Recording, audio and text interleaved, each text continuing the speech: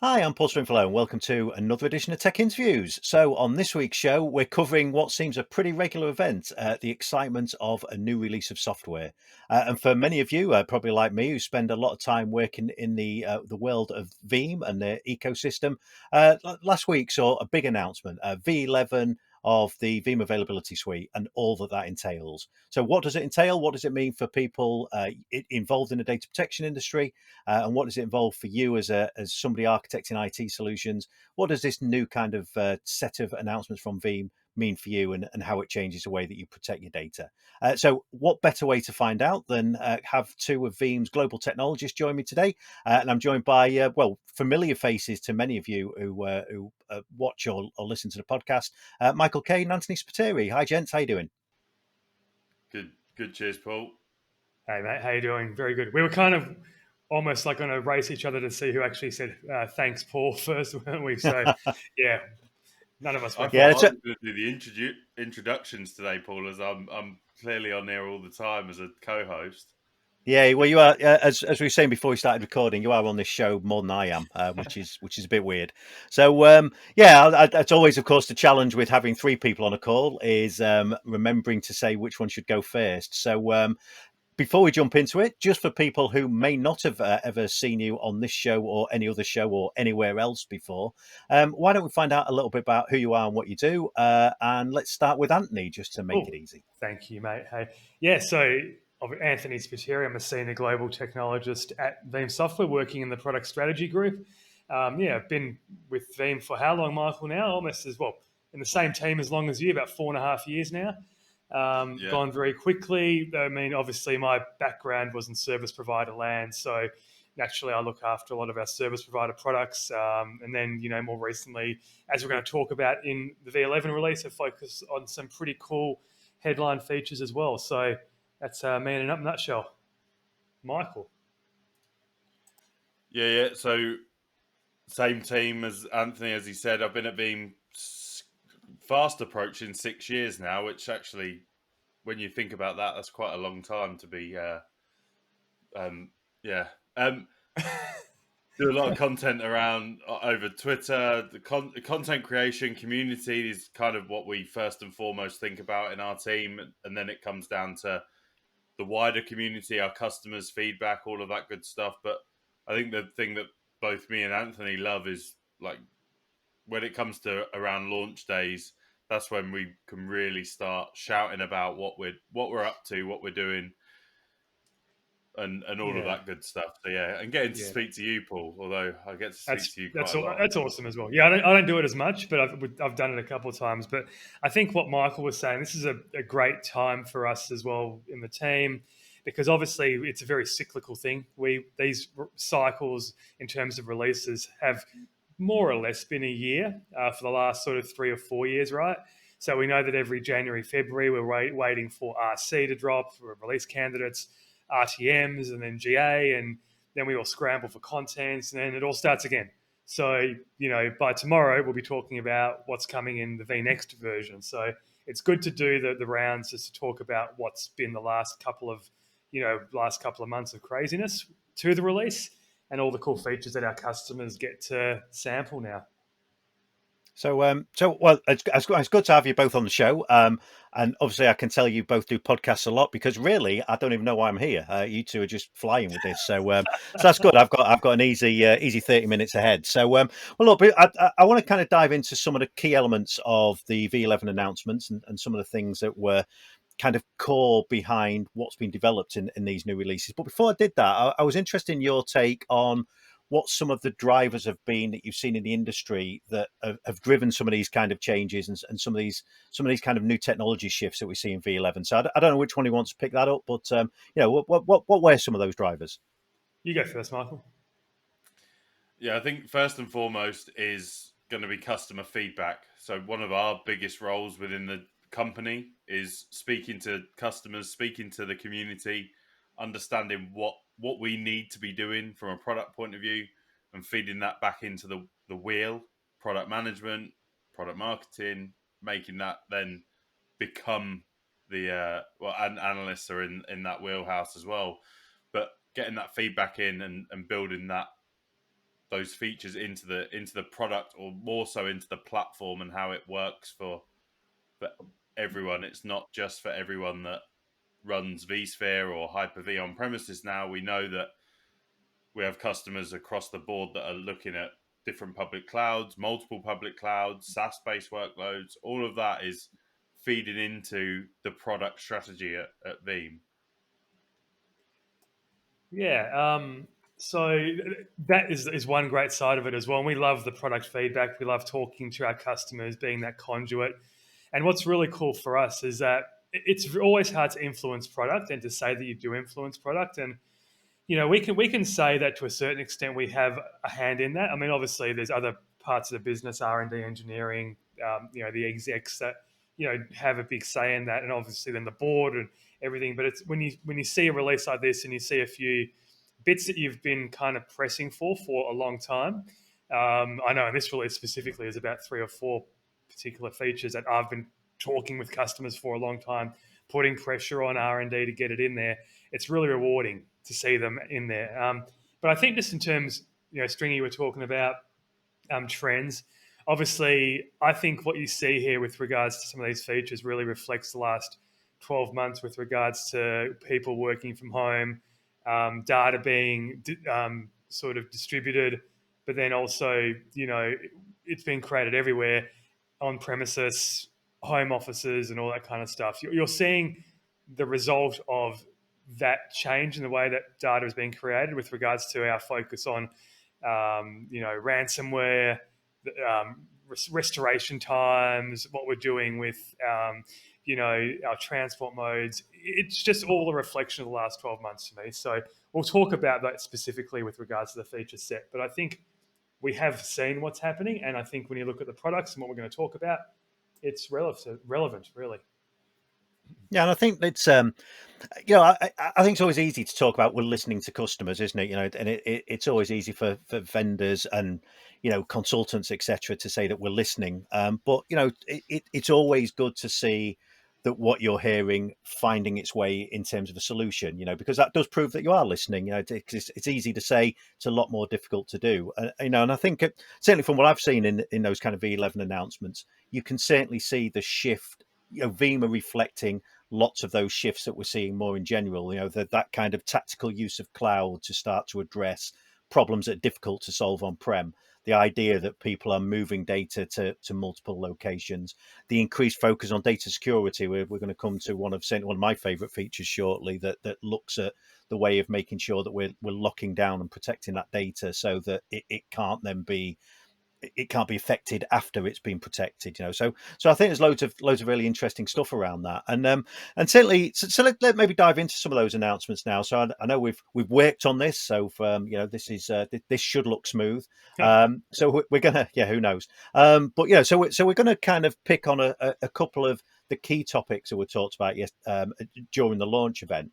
So Anthony, I'll kind of start with you. So one of those kind of key things that we saw Veeam announce yesterday is not something that's necessarily brand new to the industry, but I think is something that is probably a great example of things that Veeam have been asked for quite a long time, and it's great to now see it turn up in a product. And that's this idea of CDP. So do you want to tell us a little bit about what drove that, and and what CDP from Veeam looks like? Yeah, and look, and this is a running joke within this team, and a lot. We presented this first set of Veeam in 2017, so it's been almost 4 years since we announced it, right? So to say that CDP is highly anticipated, long awaited from us is kind of an understated. But it is here now, so that's the important thing. So really, what we're talking about is the ability to protect tier one workloads at per second RPOs with low RTOs, right? So traditionally, we've been leveraging snapshot-based technology within vSphere, or people can use storage integrations to offload to make that snapshot a little bit more efficient. Or traditionally outside of our software, you do snapshot-based replication, right? And that's where that sort of asynchronous, quick, low second RPOs come into play. this has been a concept for a number of years. A lot of our competitors have brought this to market first. One of the key things that we wanted to work on with this implementation was working very closely with VMware, though, to ensure that we leverage something called the vSphere API for I/O framework, which is something that they released as a caching engine to start with, and replication was added later on. So we've been working with VMware really closely over the past 4 years to ensure that we've got it to a point. And this kind of talks to why it's been delayed a little bit, but it also talks to why the time is right to actually have it released now. So we worked with them to increase the scalability, the reliability of the product in terms of the features that we do to intercept the IOs. And now what we've got is the ability to, again, drive a policy-based approach end to end, starting with, per second RPOs, sub-minute RPOs, without using snapshots. What that means is we don't have as much stress on the actual VM itself, because we all know that when a VM is snapshotted, that stun process can impact workloads. But also what it means is that you can just drive every input and output that's coming within that particular VM gets copied across from the source to the target and sits in a journal. And then you can granularly basically fail over based on the RPO that you set.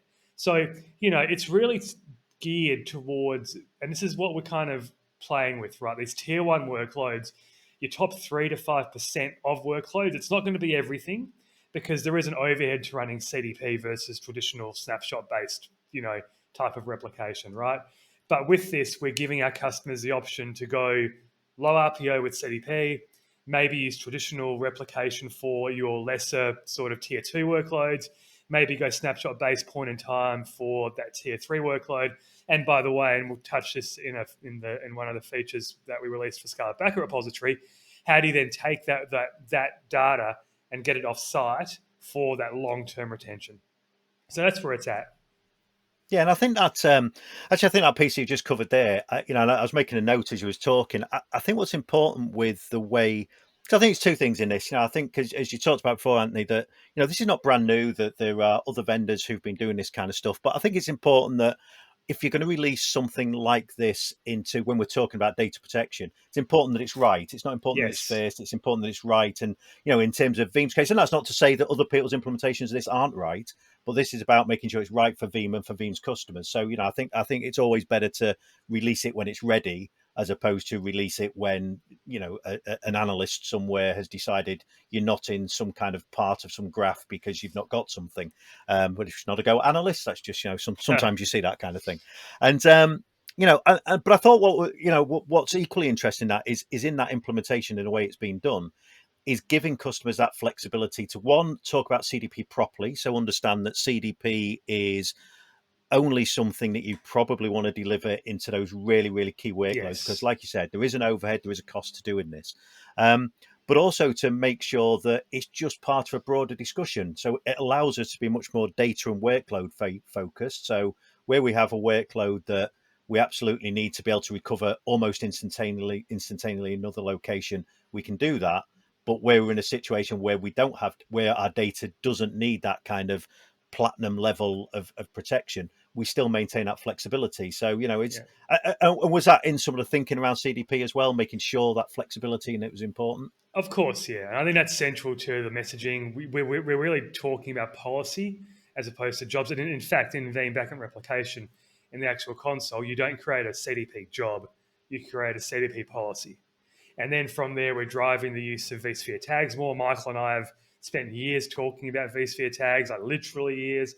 And even if you guys saw the launch event last week, you would have seen, part of my demo was actually leveraging vSphere tags to, have VMs be added to CDP policies as they're created and tags assigned. So the admin or the backup admin doesn't have to massage and maintain the policy. He just needs to focus on the VMs, categorize it, and then it's basically protected up to that point. Yeah, so I think so. CDP is is a huge topic because it touched on so many things in terms of the way you design your data protection policies. And I love this idea of policies rather than jobs. I think that's for me the way that this kind of data protection industry and the data industry in general needs to be shifting. But we've got an awful lot to cover, and so while I'd like to dig into CDP even more, let's pick on something else and pick on something that was I think was something myself and Michael actually spoke about kind of just almost randomly a few weeks back, and was one of those things that I hadn't actually realised was in V11, but it's one of those things that actually when you understand what it does, you can see it's the implementation of this in V11 is opening up the possibility around securing our data to a whole bunch of organizations that maybe previously couldn't have done it. So I've given it a big up. So Mr. Cade, not much for you to live up to there. So let's talk about this idea of hardened Linux repositories, immutable backups. Tell us a little bit about that in V11. Yeah, so it kind of goes back to that whole flexibility, that choice, that simplicity, like ethic that you kind of spoke about with CDP as well, and that should, and it is, like waving through the whole Veeam backup replication V11 launch or the product or the version. And yeah, just a bit of background on this is that obviously in version 10 we released the ability to offload backups into AWS S3 and leverage the object lock API within AWS, but also S3 compatible storage. So it meant that we could get that offsite copy of the data in an immutable state, which basically means that it can't be modified, it cannot be deleted, even by AWS admins, even by your backup admins. Like it's completely air gapped and away from your your production environment, if you will.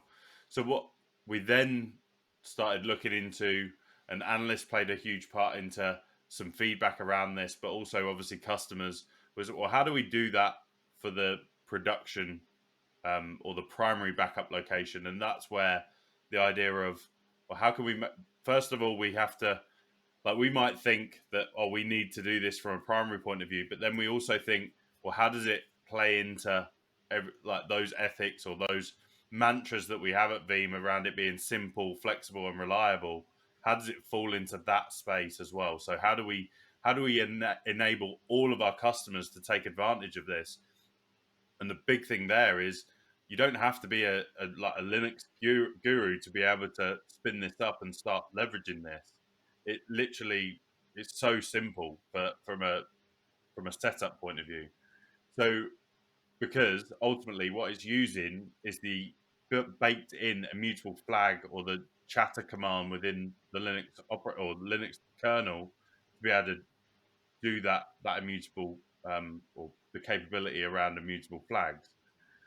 And then what we've done is we've enabled the ability to do single access or single sign on, so that you'll use it for us to deploy our service, the data mover service, which is what lifts data from A to B or B to A as well from a recovery point of view. But then we're never going to remember that access. So ultimately, you could, if you do know Linux, you could go in there, you could create an account, then give it all of the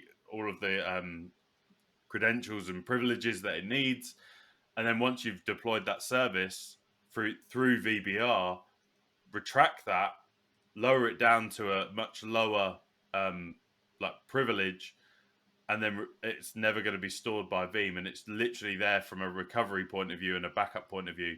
But we never need to worry about that. So short on having root access, and this is why it's so important that that machine that you use, that physical hardware that you use, that needs to be locked down to the best of its possible ability. One of the things I mentioned was, like, if that's a physical machine that you have physical access to, and you don't need, and if it is your backup repository, there is no reason why SSH needs to really be enabled there. And if SSH does need to be enabled, then put MFA in front of that so that you've got some control about access there. But if it's a physical machine that you can walk up to, and maybe you do have to plug in like the monitor and do it physically, the more secure the better in this instance. Then you don't need SSH, and you've only got access to the actual physical console. So the hardening of that and other Veeam components plays a huge part in this. But the biggest point is one, it's your choice. Like, bring your own Linux, I think I mentioned on the demo, and pretty much any Linux distribution, at least that I can reel off in my head, but any Linux distribution that we support for our other components can be used. But also bring your own hardware. So you're not locked in to any particular storage vendor, server vendor. It's literally bring your own hardware, bring your own Linux, roll your own, dare I say, appliance that works for you at the time of purchasing. And then in 3-5 years' time, when either capacity or support, well, you don't have to go and buy the shiny new appliance. You can go and buy whatever fits your need and requirement for that. So that's the key part there is the point of immutability is, again, to stop any modification but also deletion of those backups, while still maintaining the ability to obviously actively restore data, granular data, or full data recovery from those backups. But yeah, the key part there is the So flexibility just of how much. yeah, so just to ask on that, because obviously we've done a few shows together, which probably explains why you knew what question I was going to ask. But so I think it's important that people understand what we mean by immutable backups. But maybe one thing with that is because this is something that I'm seeing increasingly getting asked for. People are asking for. I'm seeing it in tender requests. I'm seeing it when we're talking to customers. That people are interested in this idea of immutability of backup. So have you got any insight into why that is? Have you seen some drivers in the industry that have driven Veeam to want to make this investment in the first place? What are you seeing? So I think the biggest trigger is 2020. Not only did we see the human malware, the human ransomware, or we've still got it, especially in England, but also obviously a rise in ransomware attacks across businesses, and they got a lot more like larger placement in the news. And there's not one, there shouldn't be one person in the world that doesn't know about ransomware and how it could affect. There's a fitness app company that was obviously attacked, and that was pretty effective across the consumer world. So it's on everyone's mind, and I've always said it's inevitable that everyone's going to get an attack by ransomware as well. So we should be prepared for that. And I think, again, we rewound, because the easy button for us would have been, well, let's just make it our own appliance. Let's do the easy button. Let's make a hardware appliance. We've got all of our storage alliances. We could quite easily build something together and go down the appliance route, the purpose-built backup appliance, and go down there. But that isn't really going to be the most efficient, most cost-effective. It's not going to be the most flexible.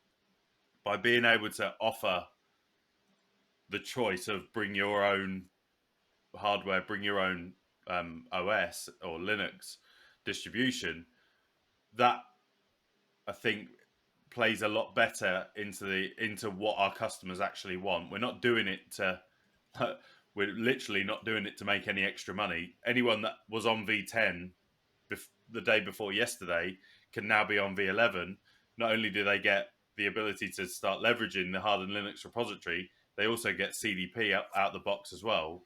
So that there's quite, like, we're not doing this, like, I'm sure the sales guys would say different, but I believe, and I think this is why this is a broader Veeam thing. I think because this is why we're successful, is because we actually look after our customers. We want them to succeed with their backup or data management like strategy. We want them to be the best they can possibly be from using our software. I think a good way to sort of talk about that is that, during the live chat that we had during the launch event, there were so many questions that I saw that came in to say, oh, can we get this feature if we upgrade? How do we get this? How do we get that? You know what I mean? And so I think even of our own customer base, they're kind of expecting to pay more for these sorts of features, right? But no, every release, it's a very pertinent point. you just get these enhancements if you're on the right sort of license track, right? So I think it's an amazing credit to Veeam and why we've been quite successful, like Michael says. We're not, obviously, price rises happen in software. That's natural. We know that comes into play, and that's equal across all vendors in the industry.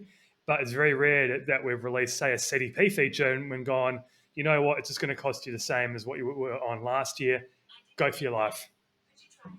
Yeah, and I think interestingly, because there's a couple of things that in what you said there, Michael, around this kind of immutable backup and hardened repository type of idea, and I think one of those was that the importance of not being tied to some specific infrastructure. I touched on this with CDP a little bit. That for me, one of the important conversations that I have with people is around this idea of changing your strategy to be a lot more data centric. Focus on the data, focus on what is it that I need from my data, how do I need to use it, secure it, protect it, etc. And I think a lot of that can be driven by if one of the things that I want is I need immutability in my backup so that it can't be changed by ransomware. I think it's a great example of things that might change it that you really don't want going anywhere near your backups.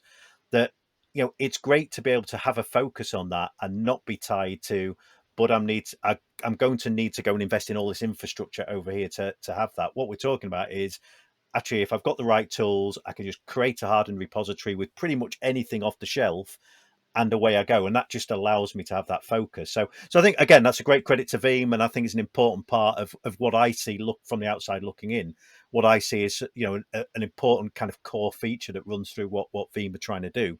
So, well, let's kind of jump on to the next feature that I wanted to talk about as well. And this was kind of, again, probably playing on that idea a little bit about how people want to use their data. And this was kind of an extension of the ability to archive data and particularly to take advantage of some of the cloud capabilities, because big archives on-prem can be difficult because they can be expensive and they need maintaining, whereas cloud services offer the potential to do that at big scale relatively cheaply. So, Anthony, is that something you can pick up on as well? Yes, we're talking about the enhancements to the Scarlet Backup repository. And, again, we could talk about this alone for, 45 an hour sort of situation. So I'll try and make this quick and to the point. But Yeah, we haven't got that long. effectively, what we're doing here is we're building on the technology that we introduced in 9.5 Update 4 with what was in the cloud tier. We had the concept of offloading data from a performance tier to a capacity tier, which was backed by object storage, right? And we had a couple of options to start with. In V10, we added a different policy called the copy policy as well, and we added immutability. So we've already talked about immutability and why that's important. So we've brought that into play. In V11, what we've done was we've added another tier. So basically now think of the performance tier, which is your landing zone. The capacity tier now becomes that short to medium term place to store your data. And then we've got the archive tier, which is where you basically want to put it and basically almost forget about it forever, just in case, it's set and forget only if you really require it. And what storage or cloud-based storage suits that the best? It's something like Amazon S3 Glacier or Deep Archive or Azure Blob Archive as well, right? So somewhere where it's very, very cheap, cents per terabyte to store. And this is really going to help customers that had a problem because data was growing. We know that. It was getting more and more expensive to store because it was growing, but also from a compliancy and regulatory point of view, it had to be stored for longer and longer, right? It was getting expensive. So we had to find a way how we could shift the bulk of that data because when you think about it, in the case of a disaster or any sort of data recovery, in 99.9% of the cases, you're going to be able to go to the first 7 or 30 days to get your data. It's very rare that you go longer than that, right? So in effect, we're shifting the bulk of the data to a place where it's very cheap to store and you might never touch it. And now the flip side, if you do want to get it out, there's obviously some caveats and a few gotchas. Obviously, it's going to take a little bit more time for that first byte. And in the case of, say, Glacier or something like that, it's going to cost you a little bit more money to move the data from that deep freeze sort of location. So that's the whole point of it. It just effectively now means we've got 3 tiers of storage to drive a policy-based approach. Again, talking about policy, similar to what we talked about with CDP, that mentality around a policy-based approach to backups. This fits in there.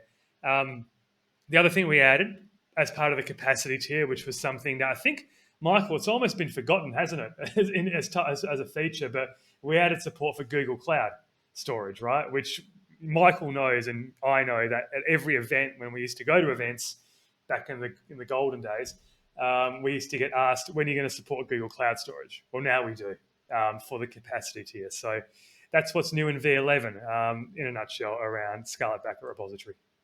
Yeah, and I think again, and again, it kind of plays to this theme, doesn't it, about flexibility? So the idea, like you say, although the GCP stuff has, maybe not come with such a fanfare as some of the other features, it's important because people are increasingly using Google, they're using Azure, they're using AWS, and they want that flexibility because it does open up the possibility that they may want to put some data in one and archive data perhaps in another. It's that kind of flexibility that's important to customers. And I think that this is also a really good example. I talk a lot about this idea of tactical cloud use. So, when we talk about cloud, often people will look at the idea, you mean I've got to move big swathes of my infrastructure into the public cloud? Well, not really. No, what public cloud's really good at is picking up on the things that are hard to do on-prem. And actually, public cloud makes it relatively easy. It's easy to do. It's relatively cost effective. And I thought that piece actually you were talking about there, where there is costs associated with maybe getting that data back out of a deep archive. Of course, that's a balance, isn't it? It's the balance between the cost It is. of doing that Yeah. versus trying to do it on prem. And to that end as well, we've got some smarts in there. So we actually give you 3 options to actually get it out, right? So if you want it quick, you can have it quick, but it's going to cost you a bit more. Or if you're happy to wait, hours for that first byte, you can have it at a slightly cheaper rate to pull it out. So, and then there's a middle part as well. So we have actually, built in enough smarts into it as well, so that we give our customers flexibility when they have to pull that data out. So I love the way we've done that with our object storage technology, even from the start. And Paul, you know this because you've been to a lot of what we've been talking about for the past few years. We just didn't go, let's just use it as a target. Let's go direct and just dump big swathes of data there, because that would be effective to get data from one place to the other.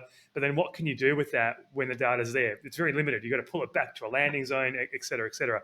All the smarts that we've built into the Scarlet Backup repository at the moment is the differential between our competitors in terms of what that does versus just pumping something to object storage just for the cheapness of it.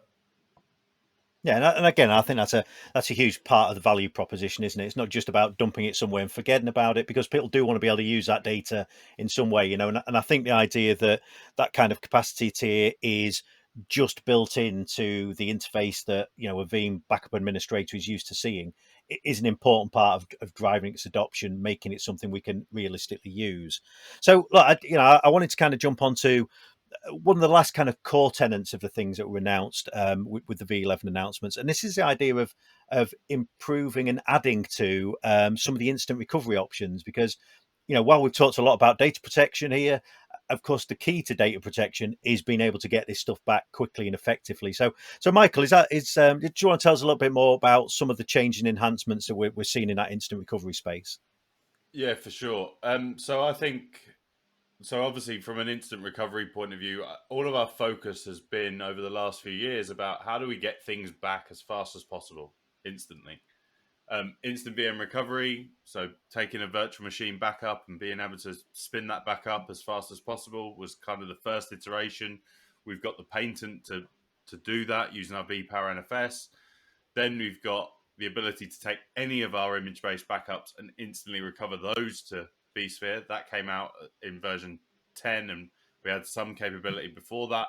But that's basically taking any of our cloud-based workloads, any agents for Windows, Linux, instantly recover those in. So we had that. So then it was time to go and start looking into, well, how can we make things faster around the database area, in particular around SQL, in particular around Oracle. So, and this is both virtual and physical SQL and Oracle boxes. And we've had for a number of years, at least since I've been here, the ability to publish a SQL database, a single SQL database, or multiple Oracle databases into, let's say, a test and dev type environment where you could go and still use it, but it's not recovering it back into the production Now we've got the capability of doing that, but just not as quick, not instant.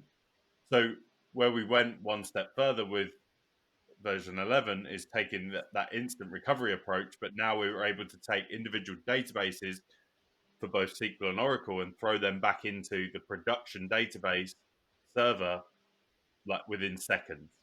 And then a similar type way of being able to do that behind the scenes storage migration is also an option as part of that. So that's the first and foremost. And there's three things when it comes to instant recovery. So just because I talk about databases first, it doesn't put them in a league table or anything like that, because they're all equally important and they offer different use cases for what they do as well. So the second one is around Hyper-V.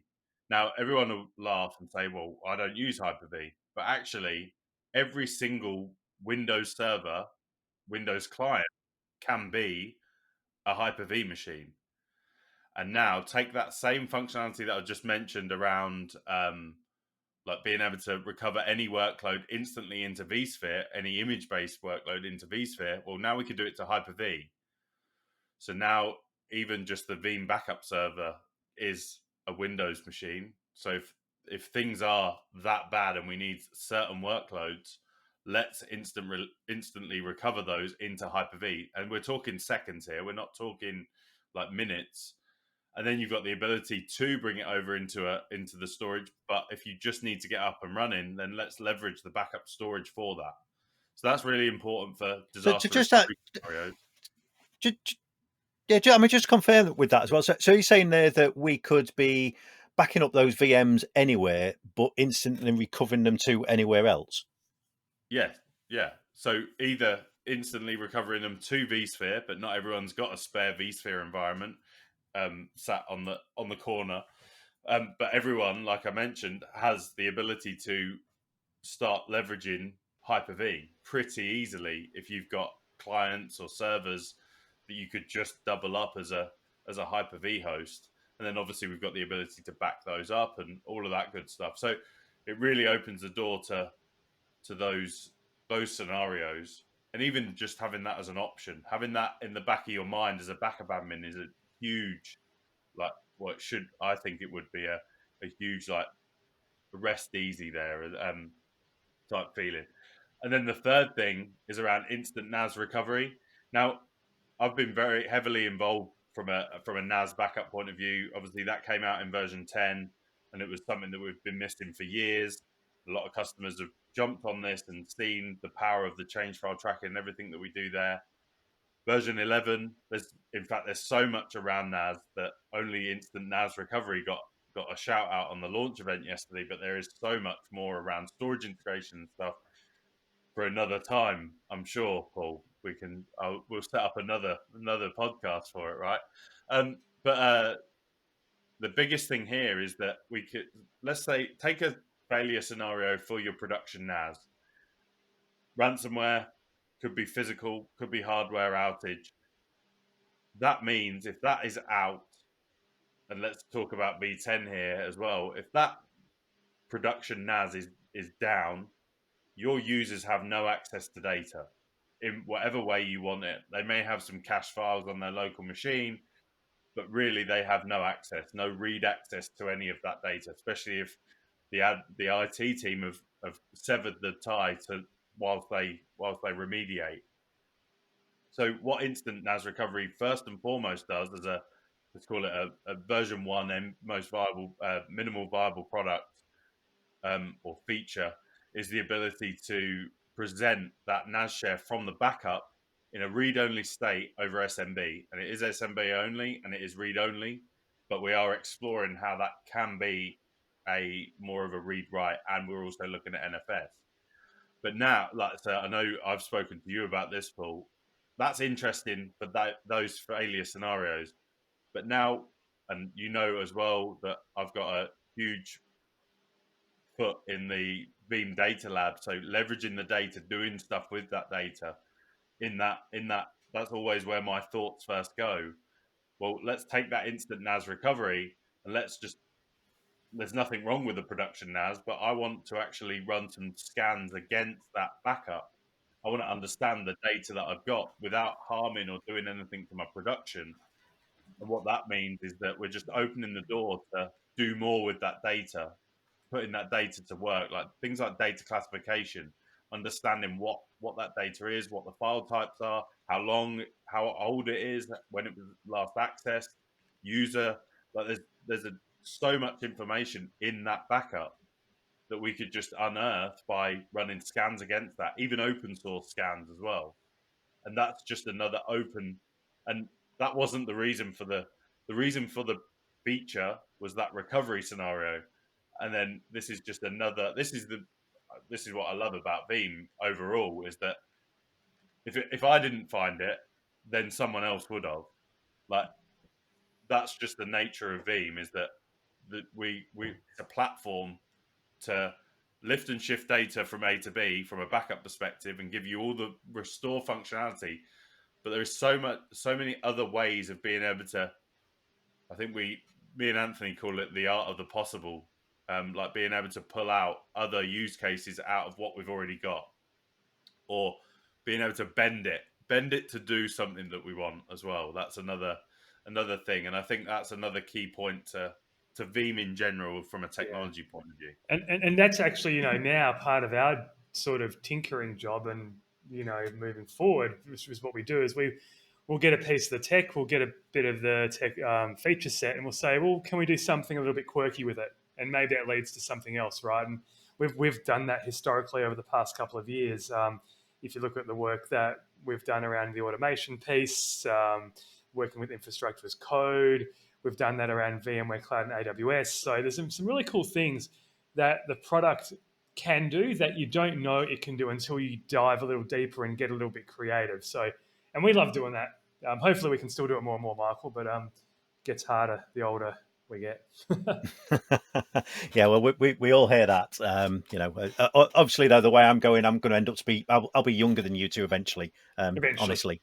Of course it will. But I do think there's loads of great stuff in times, kind of that instant recovery piece as well. And actually, I really like the way that you kind of wrapped up that explanation in terms of, instant recovery is solving a point problem. Somebody's coming to us and saying, how quickly can I get things back online? Because that's important. The idea that when we've had an outage, the key is quick recovery because we want the enterprise to be back up and running. And I really like in a way with instant recovery that we can recover things, and then in the background, the true production recovery is going on because that allows us to be up and running, doing stuff, and then alongside that, recovering the true production environment to where we need it.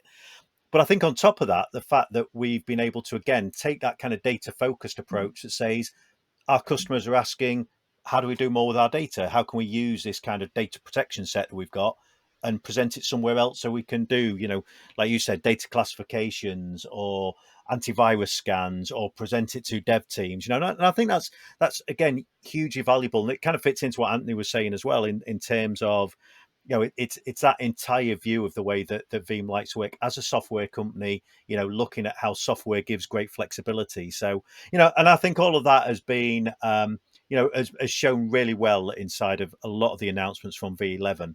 Now I'm looking at how long we've been chatting. There's that much in V11, and I think when I watched the announcements, there was something like there's 20 pages or is it 25 pages of things that have been released inside of V11. We've talked about 4, and that's not a page each. So there will be ways that people can go and find out about that, and we'll kind of wrap up with that. And we did have a grand plan of talking about 2 or 3 other key features that you guys really like the look of. But being as Anthony's in Australia, and it must be about 3 a.m. for him by now, we probably need to let him go. But so look, guys, thanks very much for your time. I think Veeam have done an outstanding job of bringing V11 to market. Some really good features in there that that I think people are going to embrace and want to use. As you said, it's in response to what your customers have been looking for. So, but before we go, as we always do, guys, how can people find out more about you? How can they come and hunt you down online? Michael, I'll start with you. So fastest place is going to be Twitter at MichaelCade1, and then I'll also throw some blogs out there every now and again to vzilla.co.uk, and there's a link on there to a YouTube channel where I've been trying to grow, and no one wants to read too much anymore, so I'm finding that the video content is a good a good outlet for sharing content. Yeah, and myself at Anthony Spiteri or anthonyspiteri.net. And, right now I'm going to be pumping out the V11 blogs. I've already got a couple out there. So I did a what's new pretty much on GA in terms of my top 10 features. And then there's also a bunch of what else is new. So literally out of the 20 pages, I've picked about 20 literally things that are really significant. So when you look at that's huge, right? So anthonyspiteri.net. And yeah, basically, otherwise find us at veeam.com or elsewhere. So yeah. Yeah, anywhere you can find people, you'll find these. Not that there's that many places you can find people, although Anthony has free reign to do what he likes being in Australia now, so good for him. I'm going to go for a walk now.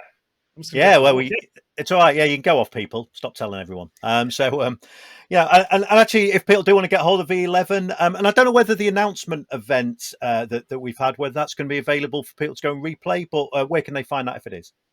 You can go to go.veeam.com/V11. That's go.veeam.com/V11. Geez, we're getting good at this, Michael. Yeah, I was about to say, I have no idea. I hope you do. Yeah. So I think at the moment it's still gated. But obviously I think we'll clear that and it'll be available just basically for everybody over the next couple of weeks. It's a really good way to look at what we did there, some of the demos. But otherwise, go to veeam.com. If you've got all the entitlements, you'll be getting emails about the GA. And go ahead, download, install it. A lot of our customers do in the first 3 or 4 months. What is it, Michael? 80% of our customers tend to upgrade in the first 3 to 4 months, which is also a feather in our cap. Well, well, guys, I really appreciate your time, and I guess we probably should wrap up now before everybody else switches off. So, Michael, Anthony, thanks for coming on and sharing lots of the V11 goodness, and look forward to having you both on again some point in the future. Cheers, mate. I hope you enjoyed that. For show notes, pop over to techstringy.com. We'll also find all of our previous Tech Interviews episodes. And if you've got an idea for a show or would like to appear as a guest, then why not email me at podcast@techstringy.com. And if you want to make sure you catch next episode of Tech Interviews, then why not subscribe? You can subscribe in all good homes of podcasts, including Apple Podcasts, SoundCloud, Stitcher and Spotify, and of course right here on YouTube. So until next time, thanks for watching.